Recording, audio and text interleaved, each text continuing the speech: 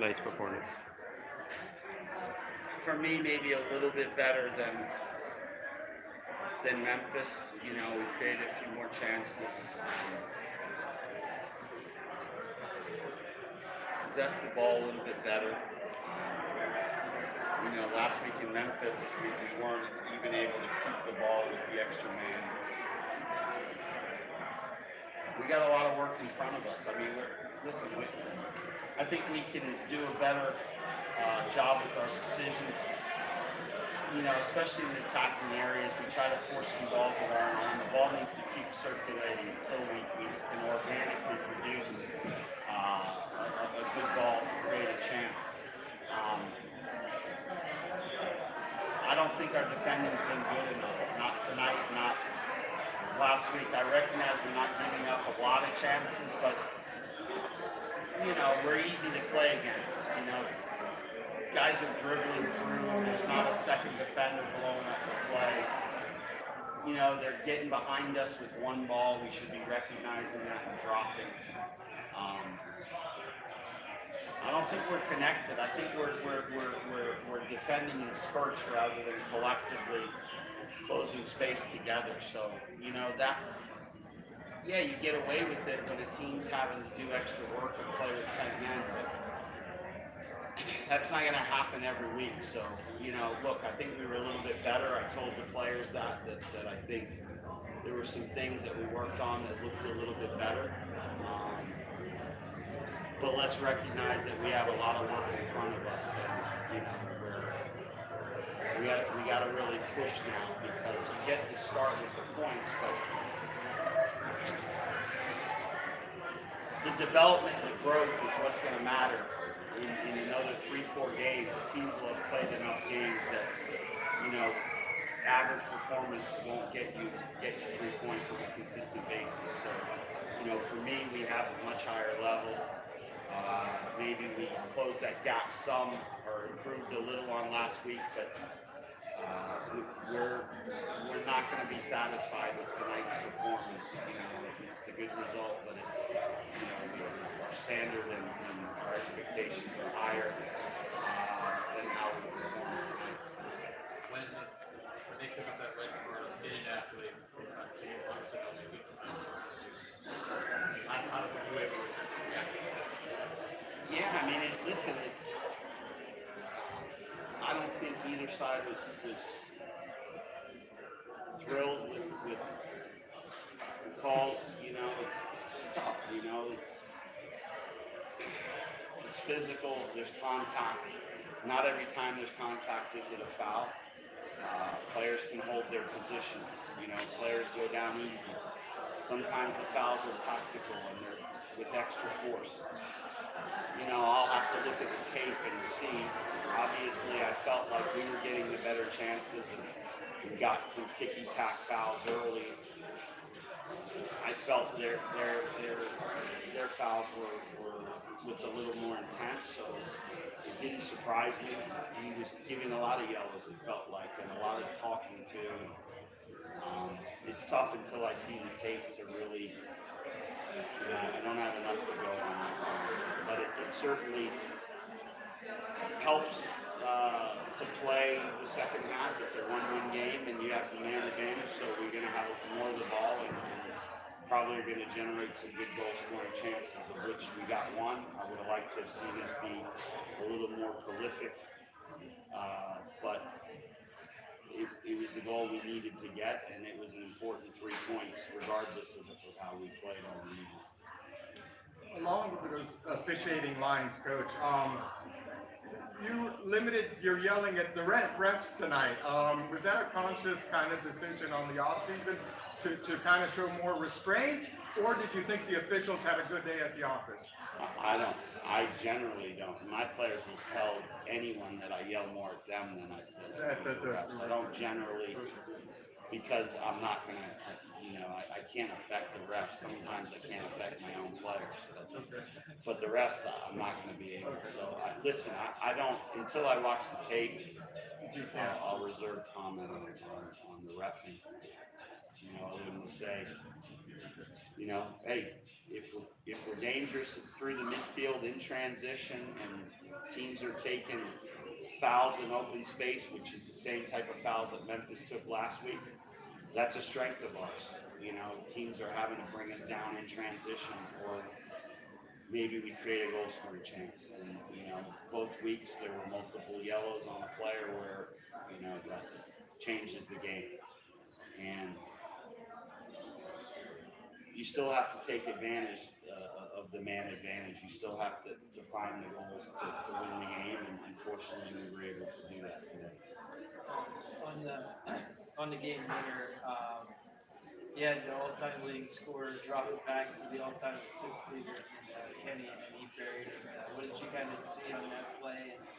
Well, it's a good goal. I mean, we'd like to see Dane, you know, connect those balls more. I thought it was a tough day in the office for him holding up the ball, you know, but on that particular play, he's able to get a hold of it and play a perfectly weighted pass. So it was a big moment, it was a big assist, and it was a great strike by Kenny. I'm guessing close to 30. I mean, at least 25. I'm not sure on the distance, but I know it was a good ways outside of the 18 yard box. You made the sub for Kelly Rosales. How would you assess his play coming in as a sub late in the game? He did well. I mean, the one they got in behind him and got on a diagonal. I mean, he's more of a midfielder. I had him playing right back at the very end. He was good. He converted a few passes. He didn't have a lot of minutes, but I thought he was good. I thought he was ready to play. He won a few loose balls. I mean, he's a good, honest player. Got caught on the one big ball over the top, but other than that, I thought he was good. Bob, talk a little bit about your player selections. You kept close to the same starting lineup the last two matches, but there were some changes.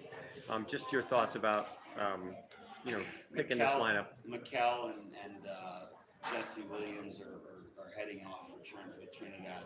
They're called up for Trinidad for some friendlies.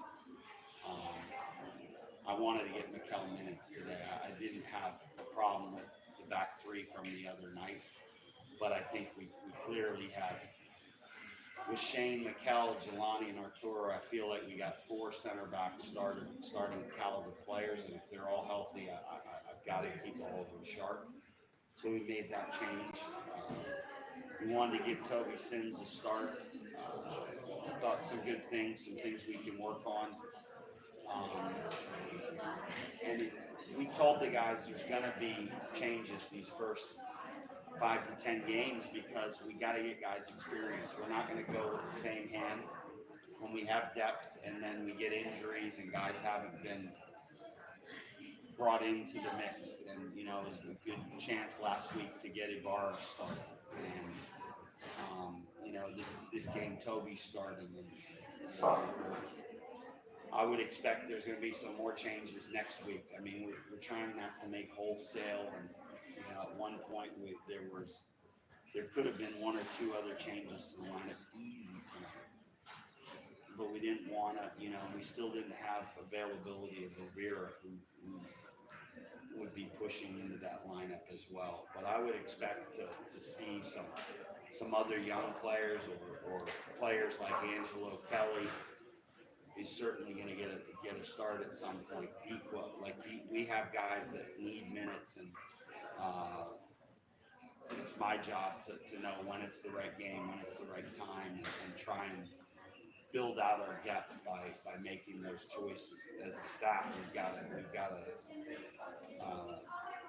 really build our players through these early stages so that we're sound in a lot of different ways, and I think the players understand that. We've talked about it. So, like in the instance of Shane, you know, we had a conversation, and I said, look, keep yourself ready because Mikel's going off with Trinidad, and you know, there's nothing in the last game that caused us to change it, other than I want to get other guys minutes. And next week we'll be thinking of something else, and sometimes tactics will affect it as well. Next challenge is obviously going to the Motor City against Detroit. Detroit is a first-year USL team. Coach, what challenges are there in scouting when you don't really know so much about a Well, team? they've played 2 games, and we played them in preseason last year, I believe last year. Maybe 2 years ago. I think last year we played Detroit, and they were tough to break down. We had a lot of the ball, good defensively. They'll play a back 3. They'll be stout. They have good size, you know. And they each picked up veteran championship players. You know, Hopino had the game winner today against Charleston. You know, and he's a guy that's won championships with Louisville. Like, you're gonna have good players, and there's not gonna be any soft touches for them to beat Charleston coming off a good win. Charleston had a good win against Tulsa. I thought it was a big win. And Detroit beat Charleston, who a lot of people are expecting to do well this year. And they played San Antonio really tough in San Antonio. And San Antonio is definitely one of the better teams in the West. And Detroit lost a tight game there. So I think it's going to be a really hard road game. They'll have a good crowd. But, you know, if we want to be, you know, contending at the top of our conference, then these are games now early on. We got to work hard this week and make sure we're ready to go into Detroit and grind out a result there. Good. Okay. I'm guessing these guys will be here shortly. They're getting a shower or whatever. They're waiting for Kenny and Robbie. I think he's that team. Here we go, Robbie here. Oh, he's here. Kenny's on the way. Here you go. Thank you. Yeah, you're welcome. Congratulations, Coach.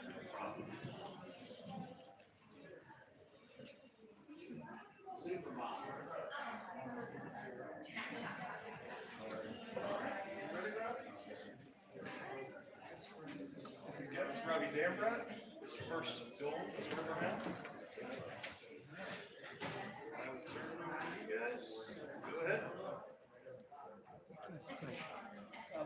Yeah, so you played in college here. So what was it like, getting to play your first home game and also getting a goal in? Well, I mean, I always remember this stadium, this atmosphere from playing as the away side here. So it's really nice to have them behind you rather than coming at your neck. You know, I know that. So it was really fun atmosphere and good to be a part of. Robbie, maybe walk us through the goal. The ball somehow got to your feet, and you put your left foot. You love that left foot, don't you? Yeah, it's funny because I think the play before Bob was yelling at me to get in the box. So I got in the box and the ball just kind of bounced its way through, found me at the back post, and I was able to put it in the far corner. So that's why he gets paid the big bucks, I guess. Who are some of your influences? Some players that on the international level that you look up to and kind of try to emulate? I've watched a lot of Jordi Alba, and then a good friend of mine is Richie Larea, who I played with at Akron, and he plays for Nottingham Forest now and the Canadian national team. He's an unbelievable wingback. So watching him grow and playing with him at Akron and watching his journey, it's really been inspirational for me. Can you kind of explain like the comfort level you have to have to be able to be a back and know the right times to jump into it? Yeah, I think it's all just reading situations and when can I join late, when can I time the run to join the attack, and I think that comes with time too. I'm still learning the system. I'm still just trying to listen to what the coaches want and the staff wants and get acclimated to all the players. But yeah, a lot of it's just timing, I think, and it's starting to come together. Bob spoke about gradual improvement, maybe from last week. He said he was a little bit more satisfied than the way you guys played last week. But what do you see out there? What do you see in terms of progression? Yeah, I thought we definitely made some progress in terms of our possession, especially when it was even. When it was 11-11, I thought even so, I thought we were able to move the ball a lot better than we did against Memphis. And we still have ways to go on that side and defensively. So we just got to keep chipping away. But it's nice to learn these lessons while getting 3 points rather than the opposite. So that's always positive. Obviously, you're not going to be playing a man up in the second half every game this year. So how can you kind of get more production on that? I think that's the $1,000,000 question, right? I think as the guys get to know each other more and see everyone's strengths and weaknesses, and the team continues to gel, I think we'll be even more lethal in the attack, and this team will score a lot of goals this year. No doubts about that. What's the inspiration for your self-motivation? It's an inside joke with some of my friends from college. I think dig it out. So we used to tell the goalkeepers in college, dig it out when they scored a goal on them. So when you score, you gotta break the shovel out every once in a while.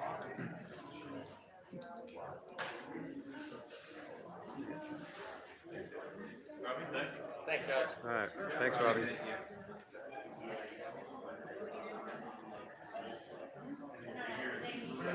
Papa.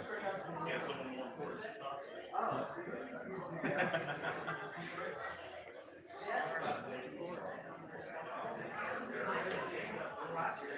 Bob said this man needs no introduction during the week, so I'm not going to introduce him. You guys just start with the questions. What'd you see on the goal? Wanted myself for the first half of that, look up. So I just hit that one as hard as I could. I just want to keep it on top. And Bob was getting it.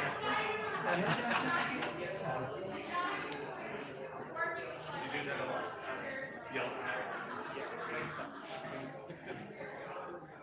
Kenny, just curious about the flow and tempo of this match. It got a little tacky there in the middle, toward the end of the first half, and really, what was it like out there? The rhythm seemed like the rhythm really couldn't really get into much of a rhythm, right? Yeah, because it's a physical team. They know what to do. They know the players to play next. They came as me, came as them, try to disrupt our flow. I mean, that's how it's going to be. League's getting harder each year. It's a good team over there. So we came with a game plan and tried to execute. Unfortunately, they went down to 10 minutes. So it's an advantage to us for the most part. I think the last 10 minutes they decided they have nothing to do, so they keep pushing guys forward. So we have to sit back a little bit, which is kind of something we have to work on to get under pressure easier to keep the ball in the attacking third, because they don't have man, so we recommend, so we should find space to get out. So I think second game of the season, I think we have a lot of room to do. How's it been training and playing with your new teammate Dane Kelly so far?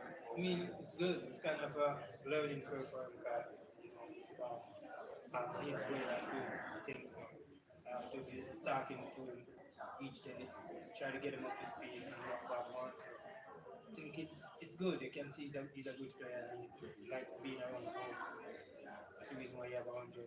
Yes. So just get him up to speed quicker. It's a long season. The quicker we get him up to speed, the better off we get. Yeah, I thought that was an interesting nugget. The all-time leading scorer passed it to the all-time leading assist guy before he did it. He was mad at me the first half, but he said I should put that one away. It's a good connection, you know, like we know to play off each other, even though my first time playing with him, I think me, him, Ross, deep, we have a good understanding of that. We know to rotate defensively, so I think he's getting up to speed. Still have a lot of work to do as a team.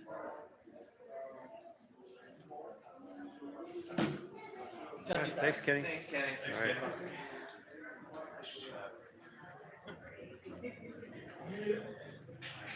Good to see you, buddy. All right.